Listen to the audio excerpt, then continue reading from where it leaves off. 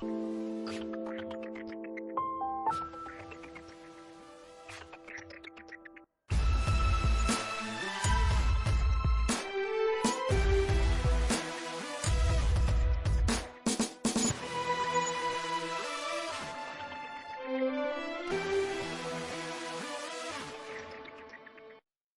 and welcome. You've entered Jobber's Court.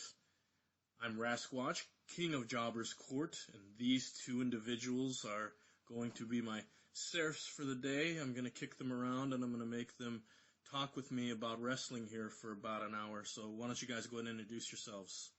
Hey, I'm Cody Houck. I go by Mr. Houck Standing, Mr. Houkamania, Houkules, and the Incredible Houck. But since you're the king, you can call me whatever you want. Fair enough. Alrighty, you got here's Cedric Colon, also known as Cedric the Sports Entertainer, the original, and all hail the king, King Rasquatch. That's right. I think Cedric the Not So Entertaining. Oh no, that's what's gonna happen. Oh, That's terrible. It's a good, first jab thrown. It has begun. Fear the wrath. A work to get over in this crowd, man. Yeah, it's tough. So anyway, just a bit of background. We're doing this mainly just because we had decided we just wanted to sit and BS about wrestling for about an hour. So you're just getting a look into our minds, and we're just gonna BS as if we would normally BS. We're just sitting around talking about wrestling. So the first thing, just for our listeners out there to sort of get to know us a little bit better, I kind of wanted to see what you guys think as far as what moment that you can first remember that really got you hooked on watching wrestling. Cody, why don't you go ahead and start? Well, I was probably about 5 or 6. I don't remember exactly how old I was, but I went over to one of my buddy's houses, and his parents had ordered WrestleMania, and my family doesn't like wrestling. They don't do wrestling. So this is my first exposure to it. And that whole thing was just fantastic. And the moment that really caught my eye, and surprisingly enough, it was the ladder match between Razor Ramon and Shawn Michaels. And just seeing all the carnage and everything that they're doing, just going back and forth. It's like, wow, this is crazy.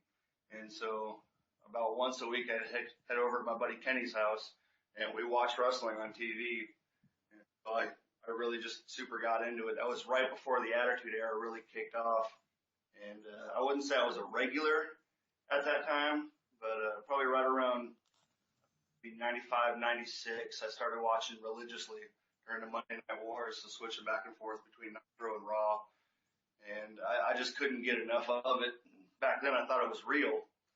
And what really hooked me was a few years later when my grandpa had took me to a casino where they had an ECW event going on. And the main event was Doink the Clown, if you guys remember that crazy guy. Absolutely. Tito Santana, a guy who never really got truly over, but he was still pretty fantastic. And I never realized it was fake until I got right up there and watched it. Well, when I say fake, you know what I mean. Predetermined, we'll put it that way. And when I realized that they were putting on a show, that's what really truly got me into it. Like, these guys are performers, and they're sacrificing everything they can, throwing garbage cans at each other. It was just the whole concept of everything made me truly fall in love with it. And that's what I like about it, is that it's live theater mixed with extreme athletics. You get that anywhere else. Oh yeah, totally agree, and I think that that's something that is kind of similar to what my story is, but I'll tell that here in just a second. Cedric, how about you? Well, first of all, let me start by saying it's fake. Yeah, it's not fake. It's predetermined. That's the first for me. But still real to me, damn it. Probably being the oldest one in this group, the memories kind of come and gone. So I don't really remember the actual first time that I watched wrestling. But I do remember as a kid even watching the cartoons with the Hulkster, Wendy, and the gang on TV. I think it was on black and white TV, but let me not date myself too much there. But But I do remember as a kid not being able to watch Saturday night's main event. And one particularly, I think it was the Hulkster versus Paul Orndorff in a steel cage match for the back then WWF Championship. I remember the disappointment. So I'm pretty sure as a kid, that must have been something that I really appreciated. But I think from the moment that I saw the Hulkster come out to his music, I was hooked. And to see these larger than life characters back in the day, it was something that as a child, who did not inspire to be one of these guys, the big flashy body doing these crazy feats of strength, picking up your own version of Andre the Giant and whatnot and carrying that belt. And the tradition has kept on going through all these years. I have 3 kids, and each one of them has been introduced to wrestling, and they all have their favorite wrestler. So for me, it's some people call it the man's version of a soap opera, and to be honest, that's what it seems like. I won't miss it every week. So Yeah, and that's a good point. And obviously, I was a huge Hulk Hogan fan. Like when I was a kid, I think for me, it goes back to one of my first memories was seeing Demolition. yeah, And it was probably, man, it couldn't have been, it would have been like 88 or 89. For some reason, like SummerSlam 88 just sticks out in my mind. And Demolition is doing this promo. And I just remember the makeup and their whole outfit and Mr. Fuji. And I was like, man, these guys are pretty cool. But then, I got to see them and I was like, they're just awful. These are just evil guys.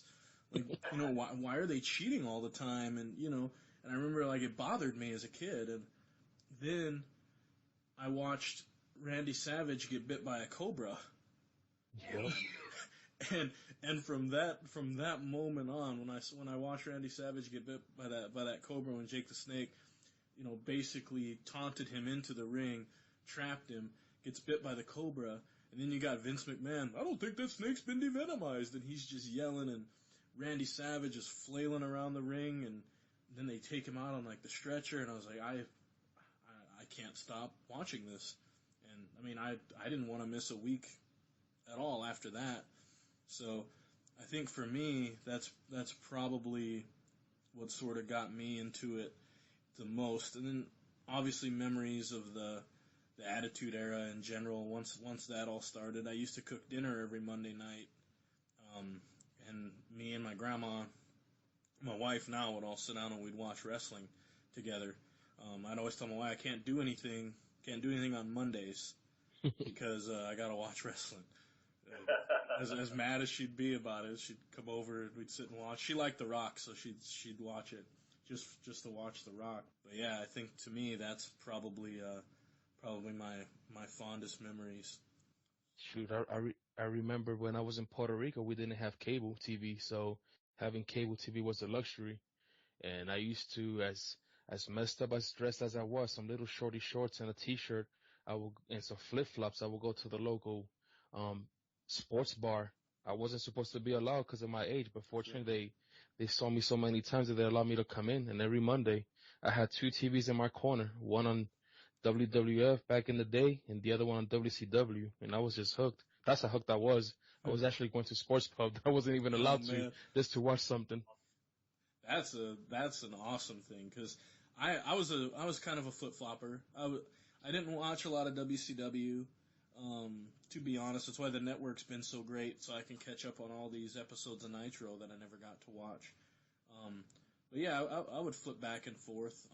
The wrestling style is so different from what you saw in WCW versus what they did in WWF. So I think I just preferred the WWF style more than the WCW style. But that's hardcore, man, and that's good. I probably watch wrestling more now than I ever did, mainly because I got ECW, which I'd never really seen. It's on the network now, and then all of the different stuff that you can watch.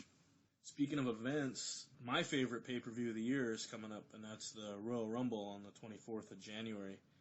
And it's going to be for the title, so only the second time that's ever happened. And the first time was 1992 when Ric Flair was in there an hour, won the title, which is my favorite Rumble match of all time, and actually in the top 5 matches I've ever seen. How do you guys feel about the Royal Rumble in general, where it stacks up compared to the other pay-per-views? Oh, you gotta give the Royal Rumble is probably one of the most entertaining and unique matches, just because you have so many people in the ring at the same time. I will say the last couple of years, kind of just because it was so predictable on who was gonna win. My favorite Royal Rumble of all time had to be when Shawn Michaels entered as number 1 and went the entire way and won it. That was fantastic. But then again, I'm a Shawn Michaels fanboy, so. Yeah, that was 95. That was 95. I just got done watching that one, and you know the only issue I had with it was they were only entering every 1 minute. So Yeah. so Shawn was only in there. Shawn was only in there like 40 minutes to win the Rumble. So as I did enjoy that Rumble. I actually watched that one like live as a kid. I remember that one. It was because I was only allowed to get one pay-per-view a year, and I would get the Rumble every year. And so yeah, I remember watching that one live, and I remember thinking, oh, it was awesome. He went number 1, and then now as an adult, I look back at it and I go, man, it was 1 minute each person. He was only in there, 30, 40 minutes. So to me, it tainted that a little bit for me, but that was a good Rumble too. What about you, Cedric? What do you think of the Rumble matches?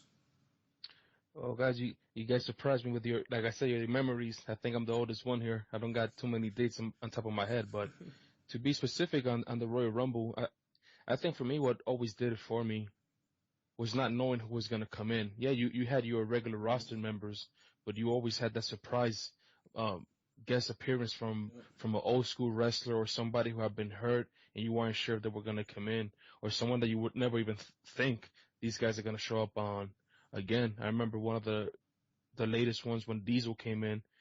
It was the way you would read things online. It was almost like there's no way this man's ever gonna come back. He's not gonna dye his hair black. Things between him and the corporate leadership is not very well. So why would he come back? And next thing you know, his music goes off, and you're like, wait a minute. So yeah, that was, to me, that's the best part of the Royal Rumble, just not knowing who was gonna come in. And I agree with the Hercules here, Hulk standing. It is true. These past few ones, it's been a little bit in the low end of who's gonna come out, but that's always one of my favorite things, not knowing who's gonna show up. And as predictable as it is, I would always try to focus on that. So yeah, and the spots are so much better these last like 5 or 6 years that they add into these things, because the amount of athleticism these guys have now is so amazing. But DDP got a good pop last year, and he was one of like the high spots of the whole Rumble for me. The fact, like, I loved A, that he came out, and then B, I think he hit like 4 diamond cutters like in a row. And Oh yeah. Randy Orton's got nothing on the diamond cutter, yeah, man. I was saying and heck, he stole that from Johnny Ace, the Ace Crusher, from if we go even further back than that. But yeah, DDP yoga kept him in shape. Yeah, well, he didn't look like he was in that great a shape to me, but it was still awesome to see him. And then obviously him out there hitting that diamond cutter over and over and over was pretty awesome. Just that one spot, like if you can just get me one, it was like I think it was 2000. I want to say it was 2005 or 2006, something like that. It might have been the 06 Rumble, and Tatanka comes out. Now I was a huge Tatanka fan, like back in the early 90s anyway, of course, from a Native American background and all that. I love Tatanka. Yes, it's okay. And it was just, I hadn't seen him in so long and had no idea he was there. Then you hear that, you hear the war cry ring out, and dum, dum, dum, dum, and the music sounds off, and out he comes running, and oh man, I was so excited. So yeah, definitely the Rumble pop is something that, I think the biggest one of all time to me is probably when Cena entered at 30. yeah, And that is true. nobody knew, like even the wrestlers didn't know. Is that when he came back from that pec surgery? Yeah, and he was back like a month early. Yeah. And yeah, nobody had any idea he was going to be there. And I think like those are the best ones, because even us, like the Smarks, the internet wrestling community, we had no idea that he was going to be there. And to me, that's the best, when you can put one over on those guys. Yeah, I agree 100%. Last year, for example, I think almost everybody knew that Bubba Ray was going to be coming back, but as soon as he came back, everyone was like, "Where's Devon? Where's Devon? Where's Devon?" Yeah. He never showed. It was like, "Yeah, okay." But exactly when you're talking about DDP, no one really expected DDP to come out there at what 58, I think he is 59. He's something. Like, Yeah, wow. he's old. It's Yeah. 100. Yeah, he might as well be. I even enjoy seeing somebody like Santino Morella, his music coming off. You see him all determined. You see in his face, like his face is Oh telling yeah. you, yes, I'm coming in. I'm going to win this. And not even seconds later, he's eliminated. He's like, I wasn't ready. I wasn't ready. And then- Come on now. And then Santino doing that power walk thing down to the ring. Yes. So, I had this idea when Santino was still actively wrestling, and I said, you know what they should do? They should have like 29 come out, and he's in the process of clearing the ring, and he eliminates him, like accidentally eliminates himself as well as the last person he was trying to throw out. And then have Santino come out as number 30, and then all he has to do is walk into the ring and he wins the Rumble. I thought that would have been. I thought that'd have been the best thing ever. But I'm sure the fans probably wouldn't have appreciated it. But oh man, I'd have loved it. But Well, kind of like with Curtis Axel, he never actually entered the ring. So I mean, technically, if he would have entered after Roman Reigns got out, would he have won? Actually, no, because the rules state, the original Rumble rules, and I don't know if they hold on to these or not, but there was the first instance of this happening was back in 90, I want to say it was the 90 or 91 Rumble. The first person ever missed their call, and they didn't come out. They said that they had until the next entry made it to the ring to get in the ring. So Gotcha. technically he was eliminated. Technically he forfeited if they're following that. But you could make a case that he. But then they broke that rule later on. I think it was in '94 when Owen Hart doesn't make it to the ring until later, and then they allow him to stay in. So I don't know. Just depends on whatever rule they want to follow that day. But I think the official Rumble rule says that you forfeit if you don't make it to the ring by the time the next person comes in. Yes. WrestleMania does not live forever. Nope. In his mind, it does. Might as well go with it. He ain't got nothing else going on except trying to group up with a bunch of other jobbers. Oh man. Hashtag social outcasts. I don't get it. I really don't. I'm not into all these factions. A lot of people love factions, but they've got too many factions. You got New Day. I agree with you 100% there. I'm okay with the League of Nations just because they were kind of like, I guess, the first out of this recent history to start pushing through after the New Day. But yeah, you got way too many people trying to group together now. And no story to go with it. Yeah, well, some people say they like it. They're like, oh, well, I can just imagine like the locker rooms being split into all these little factions, and then it's almost like a gang fight every week, and which faction is going to be fighting with which faction. But I don't know. I guess I'm a little more old school than that, where if you have a faction, they should be a faction because they're super powerful. Like, Yeah, they shouldn't be losing every match. yeah, if the Wyatts were pushed correctly, like they'd be one of the greatest things out there right now. If New Day does a great job working, but they're more of a trio, and technically I don't know if you'd consider them a faction or not. But I think that, they do a good job. Like the Wyatts are a legit faction. And I don't even mind League of Nations if League of Nations could come out and just like beat people up, but instead what you see is Roman Reigns beating up all four of them by himself, and then sort of leaves you in a bad spot for that faction. Yeah, King Bear's got his own jobbers court. He does. And and that's what I guess that annoys me too, because Barrett can talk. I mean, he's a good talker, and they never let him talk. Well, I I never heard understood something that. about him having a shoulder injury or an elbow injury or something along those lines. That could be wrong. He does. Not He exactly what he has it a is. he has a neck issue. But I know that's kind of why they've been keeping him out of action. But you're absolutely right. He's the best talker out of all of them. So let him be the mouthpiece instead of Sheamus. Like I would say it. I like Sheamus and all, but And if you make Barrett the leader, you can he doesn't have to wrestle. He can set the other guys up and just stand back and sort of talk. And he's a king. He can move his pawns around and let them do what they need to do. Because yeah, I know they're big on Sheamus and former world champion and all that, but I don't know. I think that I really think Barrett's should be the guy. Yeah, and I don't see why you don't have him. I don't see why you don't have him lead it now. So you guys don't want to hear Rusev talking? Come on now. No, if I gotta watch him make out with Lana one more time, I might change the channel. Yeah, but, that's a whole other hour-long conversation there. Yeah, that's a different topic for another day. In fact, let's not make it a topic. Let's just forget we even mentioned it. Yeah, right. Well, I'm trying to get it out of my head right now. Nope, still there. I will say this: when Rusev broke his ankle and was walking around, I was so waiting for somebody in the crowd to have a Rusev crutch sign. Yeah. That would be hilarious. Or just people bring in crutches. That would be cool. There you go. And I like Rusev. I think I think he's good at what he does. It's so weird that he went from like such a dominant United States champion to what he's become now, and I blame John Cena. It is what it is, I guess, with those guys. You know, Kevin Owens was originally supposed to be part of that storyline, and then he got the flu, and couldn't be on that Raw.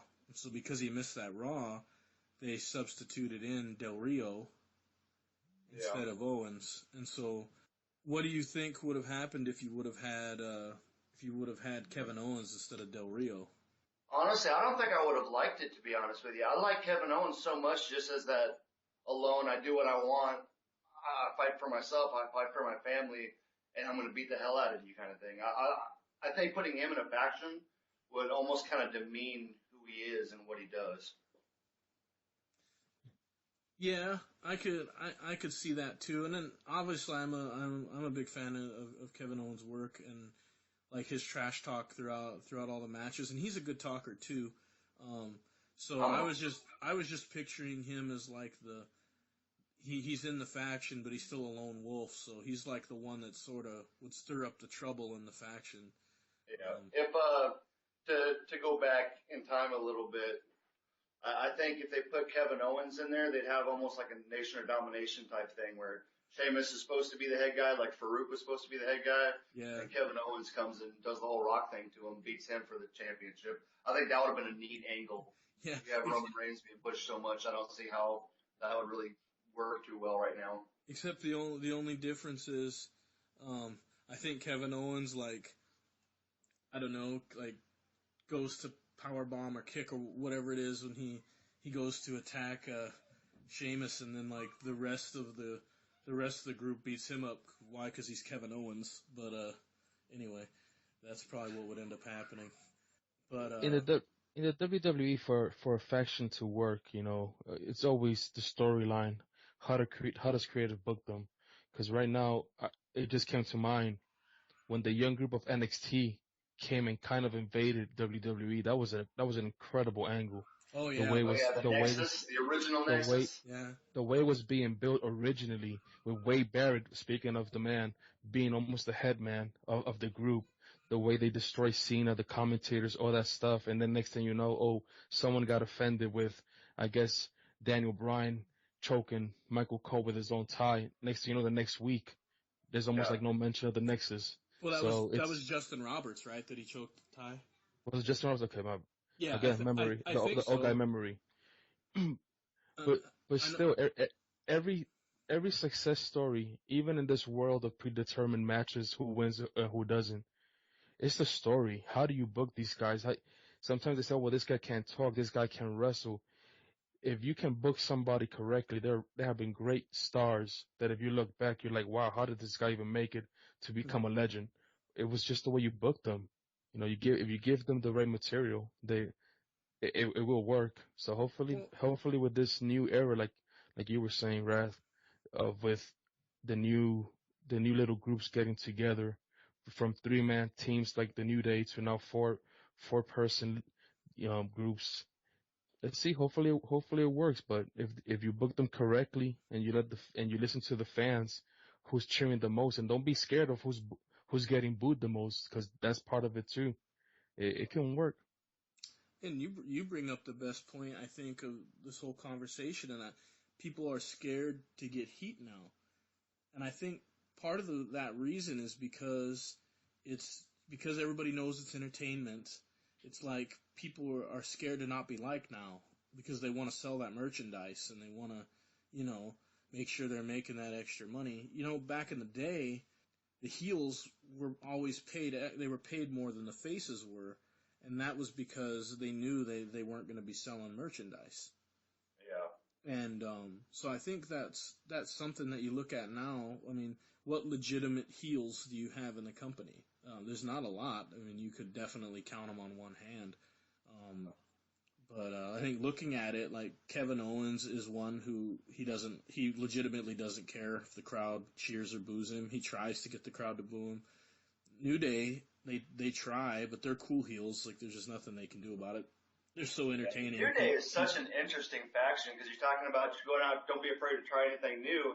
When they first put the New Day together, people hated them. These guys are boring, they're lackluster, they're bland. And like 3 weeks later, they turn into like the hottest tag team out there right now. Well, it's because I was say go ahead. No, I was gonna say because they brought a fourth member, the trombone. Yeah. Yes. Francesca, I think. Francesca.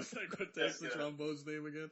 But no, I think honestly, when I was listening to them when they were on Chris Jericho's podcast, and they were talking about that, and they said, like, hey, Vince comes up to us and we got this idea, and we're gonna make you guys like like pastors, and that's gonna be your guys' whole gimmick.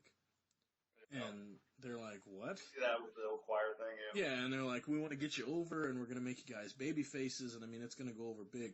And then, so they were like, all right, we'll try it. And then they said, the crowd hated it. So then, Vince honestly told him, he's like, I don't know what went wrong. I thought they would love that. And, they told him, they said, Vince, why don't you just let us do our thing for a bit, and if it, like, for 2 weeks. And if it's not working out, then shut us down, whatever you feel like you need to do. And they were able to turn the crowd over, become that heel group. And for a while there, like, they had heat, and then all of a sudden all that started transforming into them being just so entertaining. And a lot of that's because now they're not regulated as much on their creative. And honestly, here's a script, go do what your work, yeah. Yeah, I mean, I think if you're gonna have a good program, everybody should only be working on bullet points. I don't ever think you should have a situation where creatives actually writing full lines for you to say. And I think that's really what hurts the product. Yeah, agreed. You go back in time, this is probably very, very debatable. But to me personally, I think the talent and the roster that WWE has right now is probably the most athletic and the most well-trained group of people they've had in a long, long time. It's just so many people are, I don't know what to say, or here's a script, follow this verbatim, and the crowd can tell that they're memorizing rather than just speaking. And when you got guys like the New Day who just have that freedom, they're going to get over organically. Roman Reigns, you could tell everything he said was scripted, and he didn't really believe what he was saying. But when you give him a few words to say, the guy is golden. He's just few and far in between when he has those awesome moments. Yeah, I mean, you just have to build on the strength of the person, of the wrestler, of the athlete, because if we're talking about of WWE, but you look at other organizations. Like, I'll give you a quick example. I've been hooked on lately on NJPW. Now, I don't know if there's even a storyline when I'm watching these guys wrestle. I just watch the wrestling. mm-hmm. I watch other organizations like Ring of Honor. They probably have some sort of storyline, but I don't even know it. I just get hooked on the wrestling. In WWE, I haven't seen a good storyline in a while.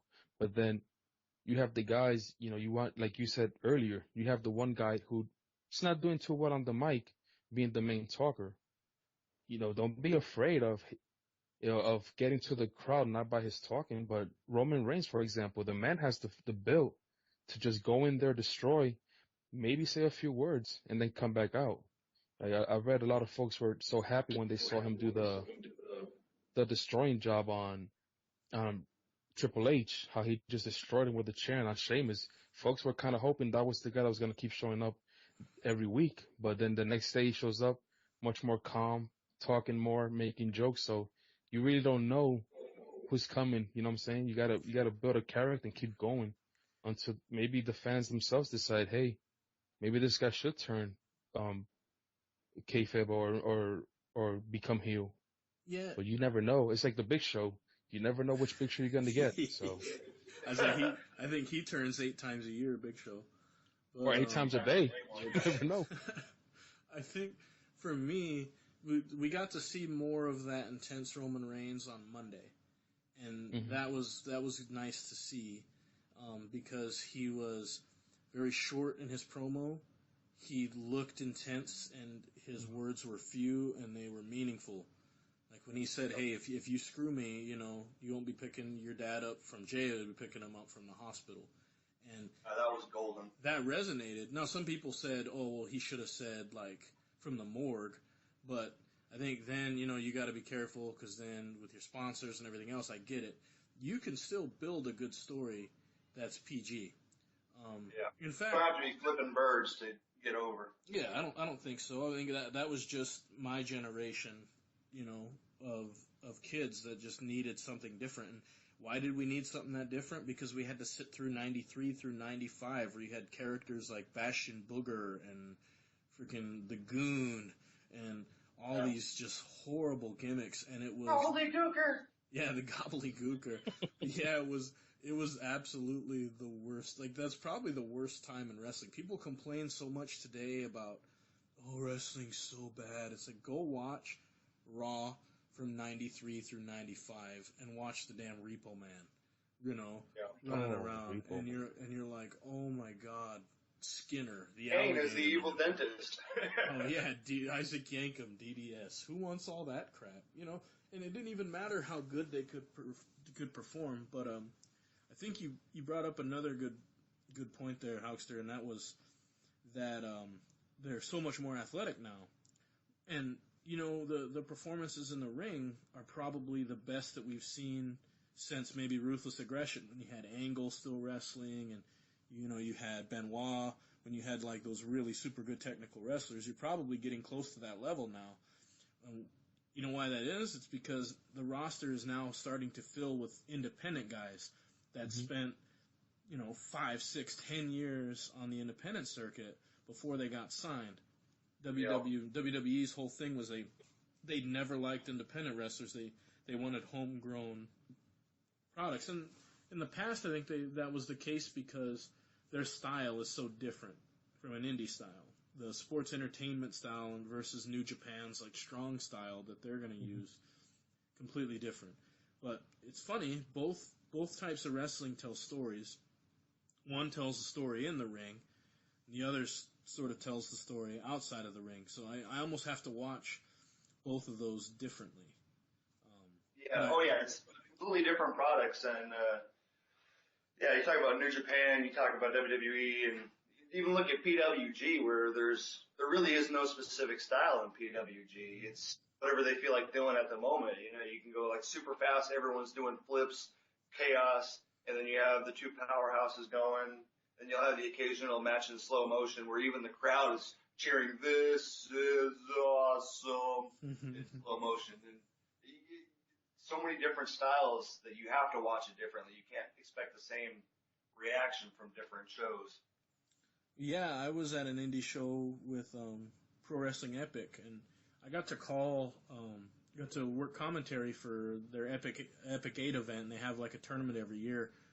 And I remember watching that event and going, "Wow, they literally have a little bit of everything." They had this giant guy named Baracus, and he like beat up on 3 dudes, and then the next match they had like these 2 guys that were trained by Michael Elgin, and they were both very Ring of Honor technicians, and that was a great match. And then the guy who owns the company was a hardcore wrestler. He fought Madman Pondo, helped train him, and these types of things. So it was one of those things where like you literally saw like a little bit of his style was definitely like brutal, and the guy he was wrestling, I mean, he chopped the hell out of that guy over and over and over.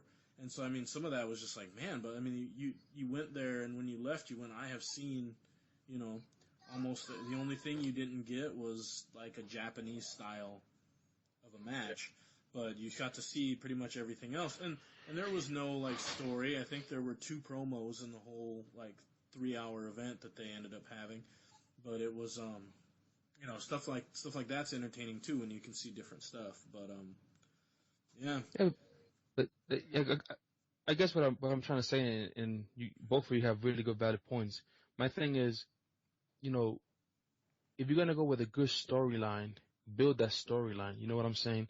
Yeah. Where you can see it building week after week and not just being dropped. Yes, injuries will happen. This is a real sport. You know, injuries will happen, and sometimes you have to put a storyline on hold.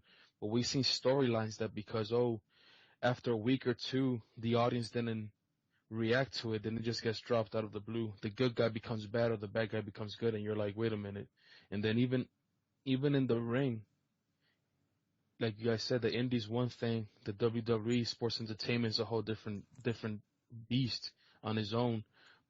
But wrestling, for me, should always be at the end of the day, that wrestling, what happens in that ring, the story that's being told in that ring, should be the main focus. And sometimes even I feel that it gets, I don't want to say cheapened because I don't think that's the correct word, but you see how someone was in the indie, even on NXT itself, and then all of a sudden they get called up and their whole style gets watered down slightly. And Yeah. I just, you know, I just want to see the story, that the true story being told in the ring as well as outside the ring, and pick your poison. Know your guys. Know who's gonna be the best on the mic and who's gonna be the one to stand out in the ring, and don't try to flip flop them or lessen their craft, so to speak. I agree. As weird as it is saying this, and I never really realized this until probably just a few minutes ago, but I think really the best storyline as far as in-ring, out-of-ring that the WWE has going right now is in the women's division. I mean, finding myself that Becky Lynch and Charlotte, this whole underdog story, I'm not going to take a bathroom break anymore. Like, to me, that has me intrigued because that has the most continuity going forward right now. Yeah, and I do like their matches. I don't think have been as good as I thought Paige's and Charlotte's. And actually, Nikki Bella and Charlotte, I think, might have had some of the best matches when she was still. And for as much as people make fun of Nikki Bella, like that last match she had where she lost the title was like maybe the best I'd ever seen her perform. It was actually really good. So I don't know. I think sometimes you just click, you know, athletically with someone. But yeah, you're right. From a storyline perspective, that might be the best thing that we're seeing right now. You know, part of the problem is there's no more enhancement talent or jobbers. Those guys don't exist anymore. Yeah, you don't pick up random guys anymore just for a 2-minute match anymore. Well, or if you do, it's down in NXT and not in the main roster. Well, and you can't because the fans get pissed because they're like, oh, well, that's like my favorite indie guy from whatever the area, and if you come in and have him do like a 3-minute job, then they get pissed off. Because look what they did with Goldberg. 171 wins in a row. I mean, granted, there was 171 wins, but it was, you know, when he first started, it was legitimate just jobbers, and he beat the living crap out of them. You know, and then they started working up to where the guys got a little bit more and a little bit more legit. And they actually did that with Ryback when he first came in. Mm-hmm. And I actually enjoyed that. Even though the build was very similar to Goldberg, I still looked at it and went, wow, you know, this guy's, so powerful. And even in, I think in like, when 1-2-3 Kid first started, he was a jobber. They let him get that win, and they sort of built on that. Oh, my gosh. But then, wait, he beat Razor Ramon? What just happened? Yeah. But then... I just saw that fight. That is true. Then they started giving him jobbers. Yeah. So then 1-2-3 Kid would go up against some enhancement guy, and they'd go 4 minutes, 5 minutes, and 1-2-3 Kid would beat him. And then, so now you've built him slowly. So he has this big win over Razor. You keep that momentum. You let him battle these sort of underlings for, you know, a little while, and then, you know, then it goes on. You can actually start integrating them into the storyline. And I think that's why I get so upset when people get mad when NXT people come to the main roster and they're not pushed right away. Should they be? NXT is I mean, it's supposed to be the undercard. So it'd be like if your favorite UFC fighter showed up and on their first fight they were in the main event.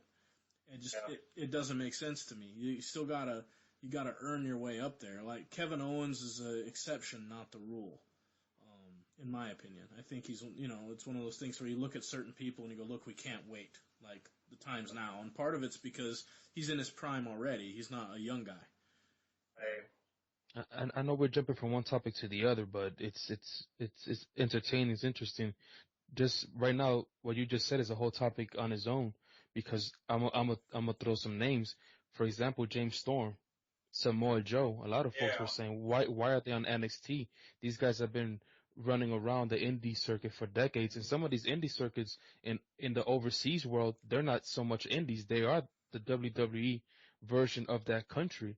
So Yeah. these guys have been going around for a while, and some folks thought that that might be another reason why James Storm didn't sign, although it ended up being more for the money reason. But staying in topic, like you said, some of these guys are already prime to be on the main roster, maybe winning strongly, and some of them, even though they're big names in the indie circuit, yeah, they shouldn't be winning from their first match the championship. We've seen how well that has worked out in the past, both in the men and the women division, where the first match is a championship match you win, and next thing you know, it's like, what else is there to see? If you start from the top, you only have the bottom to look forward to. So Yeah, exactly. And going back to the jobber thing, and an idea that I think would help bring up enhancement talent, some of these newer guys, or even some of the guys that are supposed to be built up like the powerhouses, like the Wyatt family, for example. Bring some of these brand new guys that are in NXT that haven't made it to TV.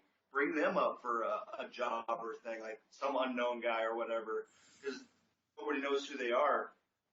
Feed them, let them pay their dues instead of this guy who's spent 2-3 years working out, finally starting getting over. Now he's going to lose 12 matches in a row.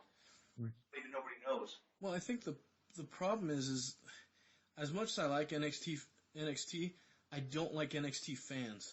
Most of it, like they're very like elitist to me. A lot of them, these ones that are super hardcore NXT fans, and sometimes I guess that like even the crowds at the shows sort of get on my nerves because sometimes I think like the crowd's trying to get themselves over more so than the wrestlers, and I don't know if it's just maybe the type of crowd that they have normally or just whatever it might be, but I know like if you were to bring like say you brought Enzo and Cass up and had them get beat up by the Ascension or something, right?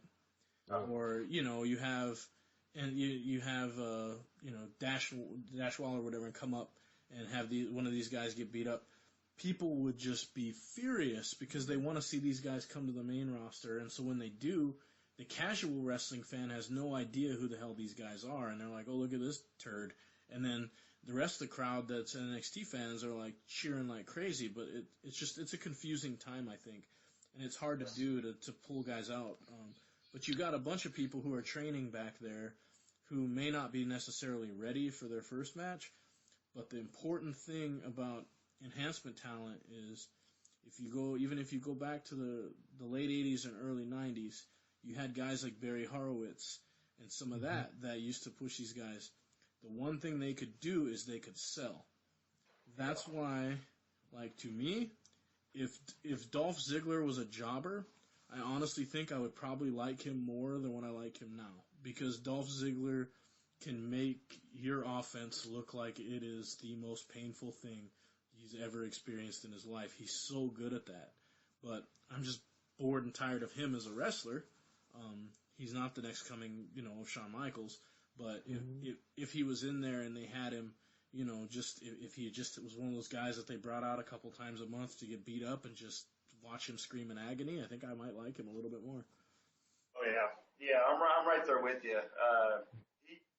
Paul Ziggler's probably the best seller in the business right now. Maybe to a point where he might even oversell. He does oversell a little bit. Yeah. Yeah, but I think he's pretty much backed himself into a corner now with this whole all these fans trying to push Dolph Ziggler say he should be a champion, and he's so good at selling and so good at being that underdog that it's almost to the point now where you don't expect him to to actually win matches now. So I think his career, or as far as career progression, is basically stuck. I really don't see him going anywhere anymore, especially since he's been in the business, almost 15 years now? Yeah, has it been that? No, it hasn't been that long. It was closer to 10, right? Since the Spirit Squad? Yeah, he started with the Spirit Squad. That's what I was about to say. That was 2004, right? 2005? Wow, okay. It feels like it's been so much longer. Yeah, I was just saying, I'm pretty sure because Kenny Dykstra, it would have been probably right around that time, 2004, 2005. Yeah. So yeah, about 10, 11 years. Yeah. But I guess it has been a long time. Yeah, it's crazy to think it's been that long. I agree. We need to have some names of some local names come out, try to push these guys and make them look stronger. Because you can't really use your own main roster to push one person 1 month, and then the next month that person's the weakest, getting beat up.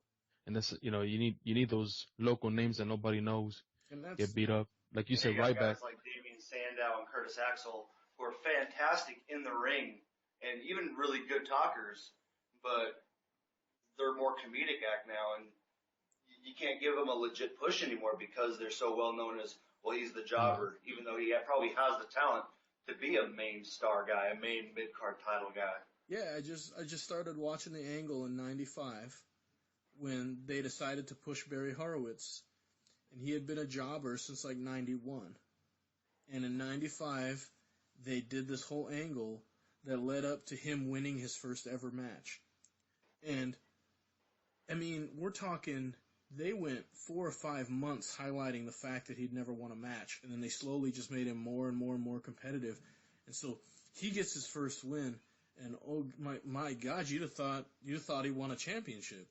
Like the crowd was so in it because they had taken months to build that, and they had highlighted how many times he failed, and he would get closer and closer and closer each time. And yeah, I don't know. I just like the way.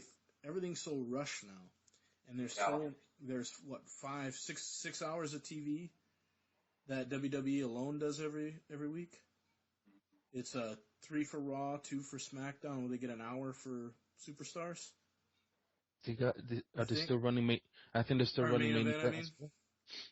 Yeah. So yeah, I think that's an hour, maybe 2 hours, but I'm like, you're so saturated with one company. It's times like this where, splitting your brand would probably help you because you've got so much talent right now. And if I didn't have to look at the same talent on Monday that I have to look at again on Thursday, that I have to look at again on Saturday, it's just too much. As you could tell, we had a lot of fun recording our first ever session of Jobber's Court. While we're waiting to get to the big Royal Rumble predictions, I wanted to build in a little segment here, which is Jobber's Court behind the scenes. Enjoy. Some people need to update Skype before they can join this call. It says, am I? I'm just messing. It's what it says. What the heck? I don't know. Yeah, I even opened up the app, like on the actual Play Store, to see if it had a little icon that says, hey, you need to update, but it sounds like it worked just fine. I was able to hear both of you on the recordings. All right, so does everybody know what's going on, what we're going to be talking about, that kind of good stuff, before we get officially started? Yeah, we're talking about the new episode of My Little Pony, right? Yeah, we're to join the Brony Club. Sounds like a good time. I'll have to put my kids on that one. They're the bronies here. I'm just a walking, talking jabroni. I was saying I'm a jabroni, but I'm not into My Little Pony. Because you're full of baloney. Oh, that's a triple rhyme. Beat there that we go. one. It's got to be true if it rhymes, right? It's got to be something. Oh, somebody's about to get a smackdown in my house. It'll be Raw. Ready to call child services? Nope. I'm going to just do an introduction. So this is the first podcast for Jobber's Court. I'm the king of the court, and then you guys are basically the servants? Yeah, essentially.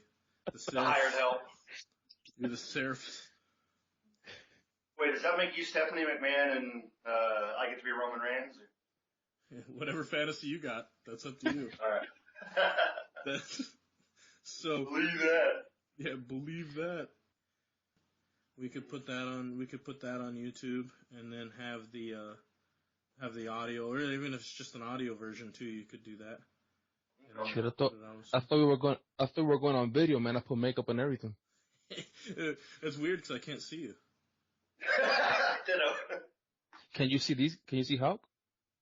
Well, I can see his picture Got my now video because off. he turned his video off. Let's see. That's funny. Maybe that's what that update is. Because maybe you can't roll video. Very strangey. Yeah, strange indeed. Thanks for listening to Jobber's Court Behind the Scenes. I fully realize that if you're listening to this podcast, you're probably doing so through The Rasquatch on Facebook. If not, you're casually listening to this or was recommended by a friend, go give it a like. Anyway, now to the fantasy booking of the Royal Rumble. All right, guys. I suppose we're getting to where we should probably get on to the main event here, and that is, what do you want to see in the Royal Rumble? What's your expectation? What are some names that you'd like to see in it? And then also, how would you want your finish? I go, Cedric. Alrighty, I go first this time. Alright, let's see. Names that I would like to see in the Royal Rumble are those big names that we're hearing coming up this past week. Free agents that are gonna be signing in. AJ Styles. I've been asking for AJ to make his WWE quote unquote debut, because as we know, he had been there before quite a few years ago. He was a jobber. How about that? There you go. So was Dean Ambrose. Mm-hmm. But that's another topic. But anyway, I'm just hoping that he comes out. I would like to see him. I'd like to see some old school names come out. From the top of my head, I could think seeing Kevin Nash and Scott Hall is always a funny thing. Even if a Jake the Snake Roberts shows up just with the snake, that would be amazing to see. But I would like to know how they're gonna do this whole. Is Roman Reigns gonna be the number one entry, and we're gonna see him fight the other 29, or is he gonna come in at some point? Not sure how that's gonna work out, but I wouldn't mind seeing Roman win it again. Hopefully, it'll be against someone unexpected, and that's probably it. That's what I would like. I would like to see some names that we haven't seen in a while. Maybe see these big names come out. AJ Styles, and I'm not sure if Nakamura still has a few dates to fulfill his contract in Japan, but there's a few. At least AJ Styles show up. Maybe a few NXT guys come up, or Jordan Gable, or even a Samoa Joe. Some of the bigger names, or Finn Balor. Who knows? But so you're saying that you want Reigns to do the Rey Mysterio thing, pillar to post, and come in number one and go the whole Rumble. If it's determined for him to win, if it's determined that he will be the winner, it will make it even stronger versus maybe showing up in the later portions of 25 or 26 and then give the famous quote, "Oh, I just beat 29 other men to retain." Yeah. But if you're really gonna say that, let's make it true. Let's see you beat the other 29 men. Obviously, somebody else might be the one to throw the person over, but at least you were there, number one, and you went through like a Shawn Michaels, like a Rey Mysterio. I think that's what gives it that mystique. Like, hey, this guy started from the beginning all the way to the end, so he earned it. Man, that'd be a rough one this year, because you almost got to guess that they're going to go back to 2 minutes per person because of the fact that it's a championship match. And I don't think they're going to have a whole lot else on that card, so I'm guessing you know what? Special Royal Rumble, they should go to 3-minute entries. God, that would last forever. But anyways. That would be great. That would be great. I would put myself say an Intercontinental Championship, a Divas Championship, and then just go right into the Rumble. Yeah, 3-minute entries, and if you're still there after entry 10, you've already been in there 30 minutes. Could you imagine? That'd be an hour and a half match, at minimum. My God. I would love that. But if it doesn't come in number one, at least make him one of the first ones That way it holds more true if he's to win the title. So in your mind, you want Reigns to win this title back, but then what's your plans for him down the road? So if you got to make a plan there, and then you're going to go on to WrestleMania, what do you do then? Well, the big names, they're not too many names out there, but I just mean obviously because now that would mean you'd have Triple H trying to wrestle him for the title. I don't know. that's the rumors out there. I would rather see a Brock Lesnar, Roman Reigns rematch than seeing a Triple H. I like myself some Triple H, but as we talk about jobbers and as we talk about building up folks, I think it's time for the so-called torch to be passed on, and I wouldn't want to see a Triple H winning again or even coming close. So that's just me, though. I guess I want to move on, see some of these kids who've earned sort of their stripes in the indie circuit start being pushed little by little into the main roster. Even like you guys mentioned earlier, even if they're not winning from the beginning, like many wanted Sami Zayn to win on his first match on the WWE roster, like Kevin Owens did. But I would like to see some push from the new generation and start seeing some of these older guys start moving back. Okay, what do you think? What do you think about that? Well, as far as surprise entrance, AJ Styles, obviously, I hope he's in it. With all the rumors going on, I think it's pretty much a fact that he's going to be showing up. I don't know if he'll actually be in the Rumble or if they'll wait till the Monday after, but that would be great to see him in it. Two surprise returns that I think will be awesome to see, even if it's just for the Rumble, would be the Boogeyman. I think he'd be awesome. Think he gets thrown out in 30 seconds again? That would be that. It took him just to see the guy. I think is awesome because he's such a unique character. I mean, for Christ's sake, it took him longer to get to the ring last year than it did for him to get thrown out. But anyway, go ahead. Oh, yeah. Another one, probably not going to happen, but I would love to see me some Spike Dudley. The internet has been blowing up ever since the Dudleys came back. It'd be fantastic just to see him for a one-night show. I'd pop for Spike Dudley. Yeah, I would. Oh, yeah. For sure. And, hey, Ricky Steamboat, I mean, he's still around. You still see him in interviews every now and then. I think it'd be kind of neat to see him. He still looks like he might be in okay shape for a quick Royal Rumble pop. Yeah, just an arm drag or two, and then. Yeah. Okay, that'd be. Thrown out after about 2 or 3 minutes. Just for a pop. I think that'd be cool to see some of these legends that you haven't seen in the ring. As far as who I think is going to win, I've gone on record before to say I would love to see Daniel Bryan return. I haven't heard any news since October about his injuries. They said they were going to talk to a third doctor.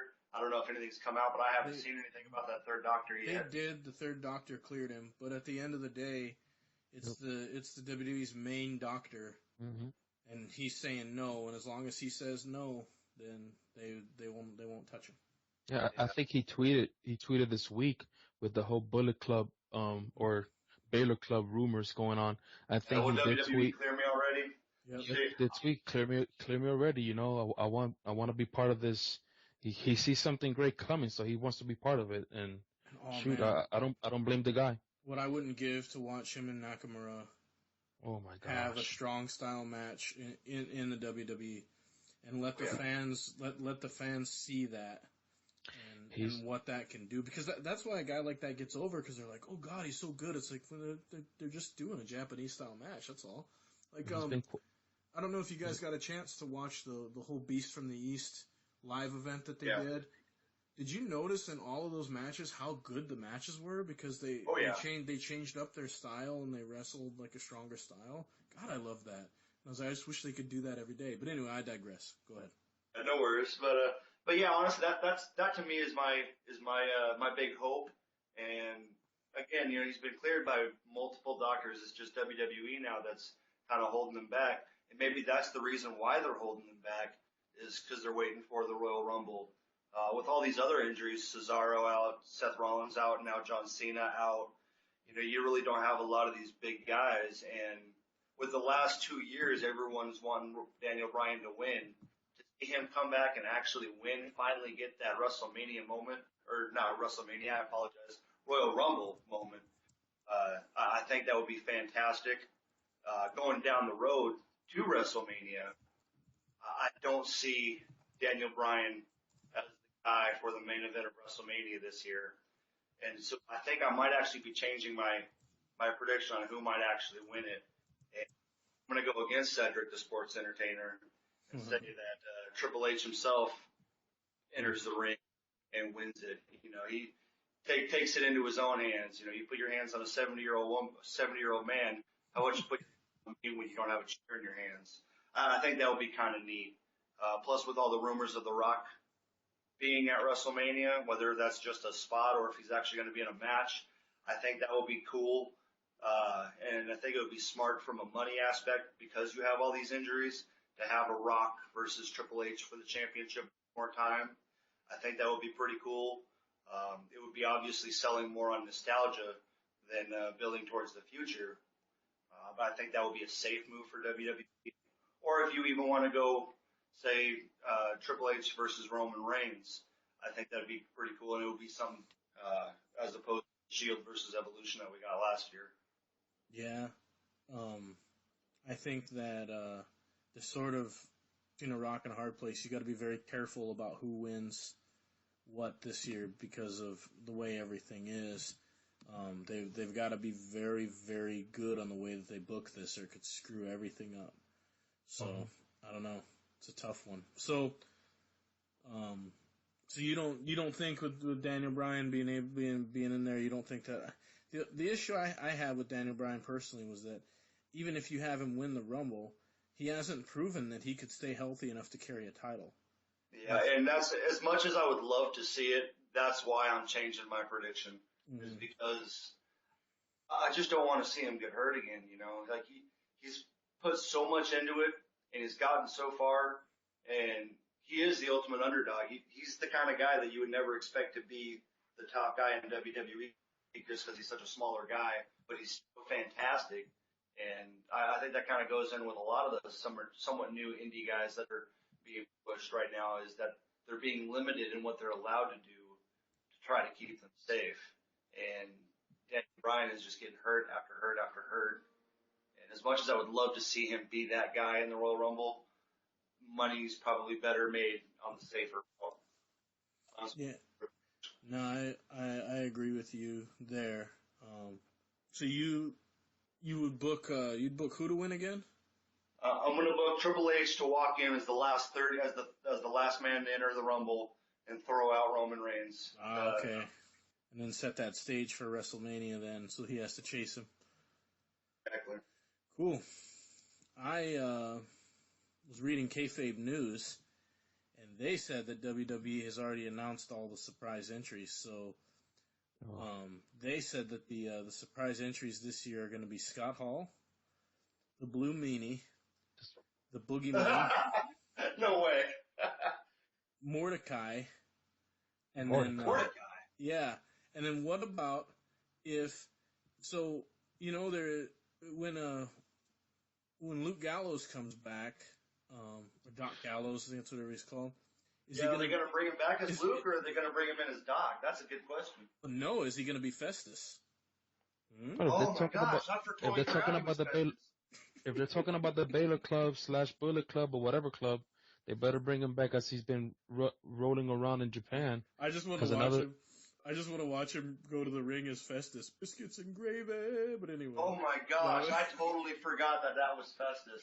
And when the bell rings, he just goes crazy. Yeah. Yes. But see, the bell doesn't ring till the end of the Rumble, so he just stumbles. He just stumbles around as Festus, like in the ring the whole time, and then like everybody else gets thrown out, and then the bell rings and he goes apeshit. Anyway, that's just my mind's weird. No, I know I already wrote a long article about it, but we already talked about my feelings on Daniel Bryan. I think for me though, man, some big names. We already know we're getting Jericho. That's already been confirmed, so that's cool. I can see them pulling The Undertaker, in on this one because it's such an important match. It is his last real go, maybe. Yeah, for a title, and then you've got Batista, who's technically still under contract. So, he'd be good for a pop. Just please, for the love of Christ, don't let him win the damn thing again. Then you have, let's see. The Rock. I never say never. Yeah. Although I don't think in the Rumble match, I don't know. I don't know if that's something he wants to do. And that's the other thing I don't understand. How can you not get Stone Cold to come out for like a Rumble? Well, I think the biggest thing with Stone Cold, and ever since the Paul Heyman Stone Cold podcast, I was sold. Oh my gosh, Stone Cold's going to be here. WrestleMania is in Dallas, Texas. How can Stone Cold not go for one last match? But he's gone on the record so many times as being, no, I won't do it. And maybe that's a work. Maybe Stone Cold will be in it. Maybe he will win. That would be freaking phenomenal. I don't think so, because he was talking on it, and I listen to his podcast pretty religiously. It could be a work, but like he's talking about doing all these, he's talking about doing a lot of powerlifting, but he's also talking about how he's up to 285, and and he doesn't have an ab to speak. He's like you could call Picasso couldn't draw an ab on me right now, but so I don't know. Several months ago, he was working out. He was training super hard, and he was talking about how hard he was training on his podcast. And I'm telling you, you want to sell out Dallas.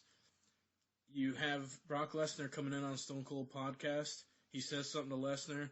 Lesnar slaps him in the mouth, and then, they have at it there during the podcast. Would have been, you'd have sold out WrestleMania on that day.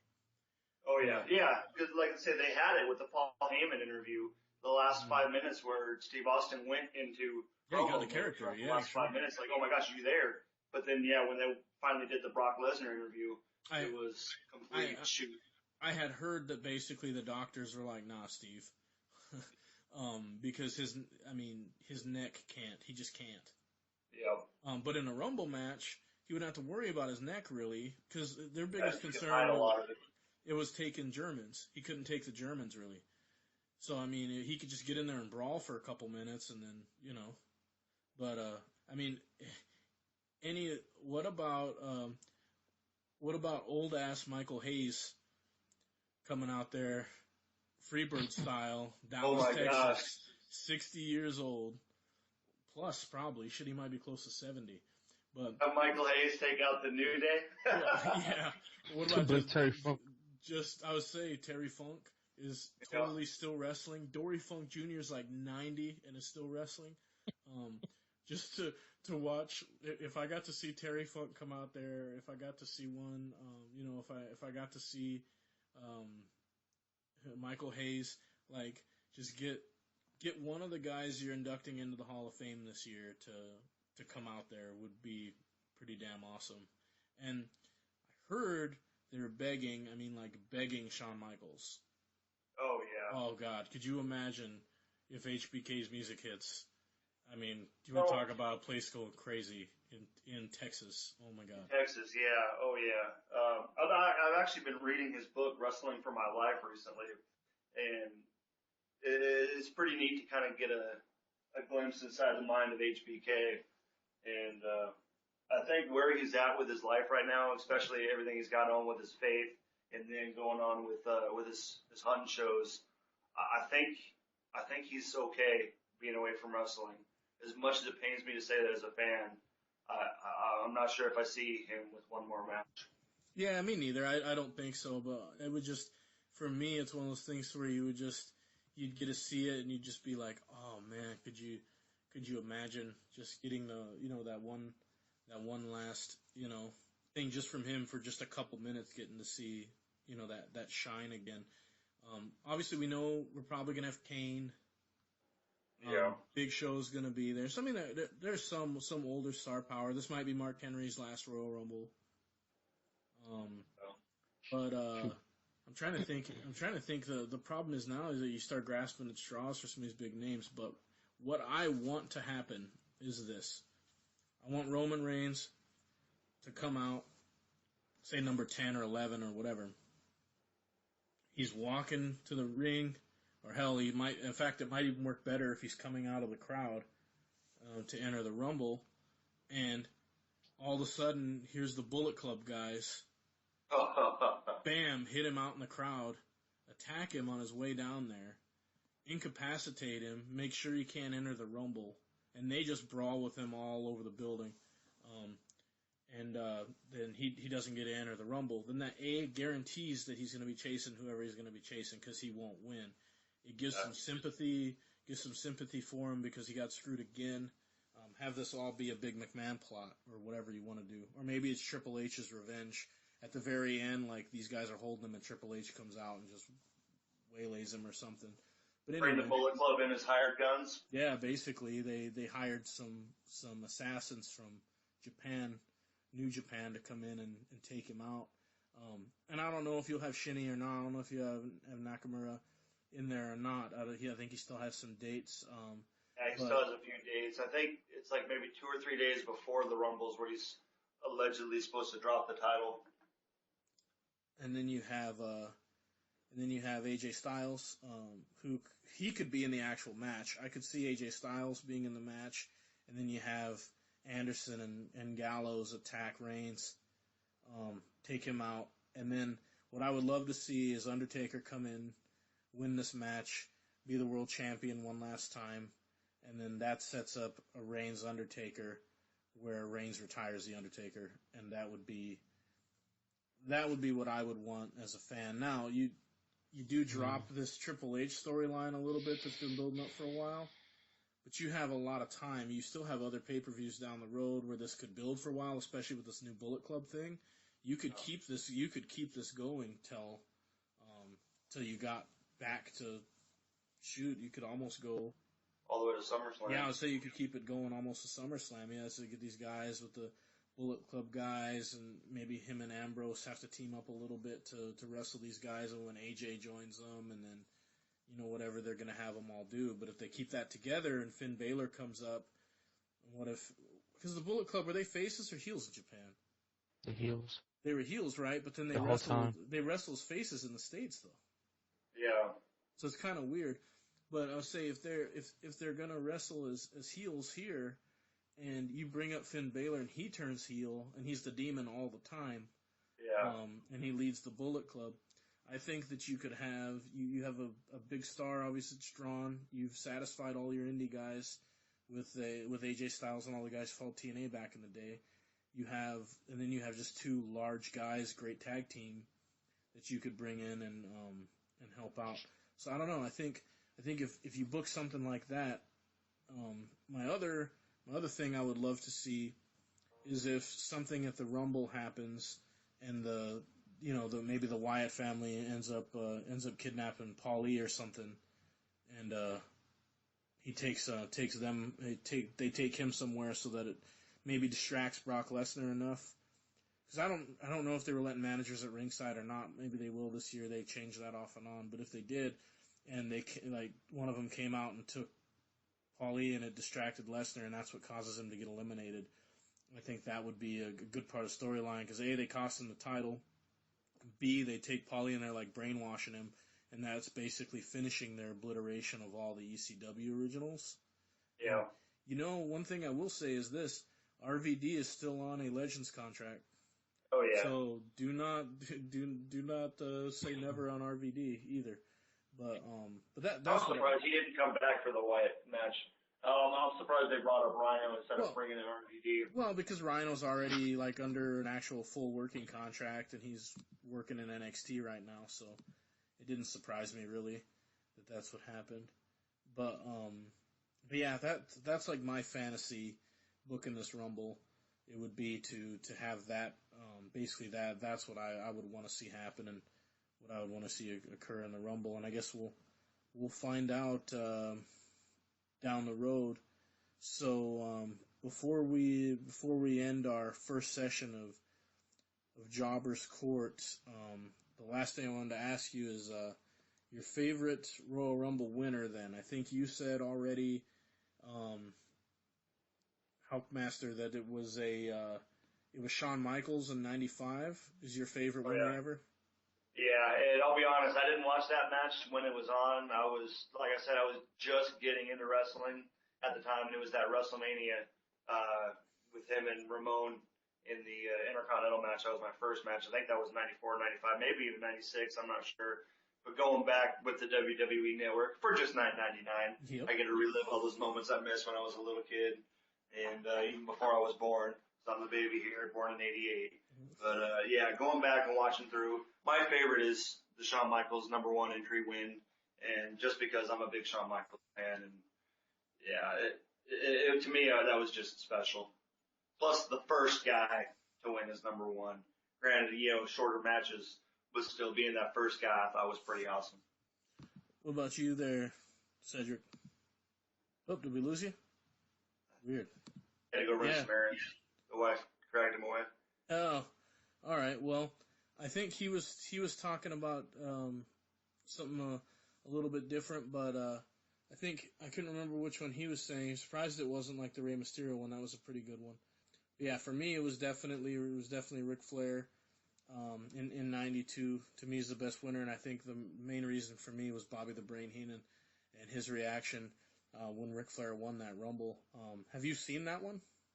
Honestly, I don't think I have. I'm gonna have to go back. That was 92? 92, yeah. And to me, it's a who's who of anybody who wrestled in the 80s and in early 90s. I mean, you have Jimmy Snuka, Roddy Piper, you had Undertaker, $1 Million Man. I mean, all of them are in it, so it's cool. It was a cool, like, sort of linking of all these of these two eras, and then also you have the whole storyline of Ric Flair having to be in there that long, and everything that was happening with that. But I'll thank both of you guys for being here, and then I'm gonna try to figure out how to get this thing cut up, and I'll get our first episode out for people to listen to. All right, good deal. Hey, thanks for including me in this. Yeah, no problem. And Cord is no longer in session. Have a good day. I really hope you enjoyed this episode, the first episode of Jobber's Court. So I get ready to sign off for the broadcast. Again, I just want to thank you for having even listened to this. And please fact check us, because if you're fact checking, that means you're listening to this podcast. So, again, thank you very much. But before we completely sign out, since Cedric dropped out there toward the end and didn't get to even edit his session, I got an old school chant for him. Enjoy.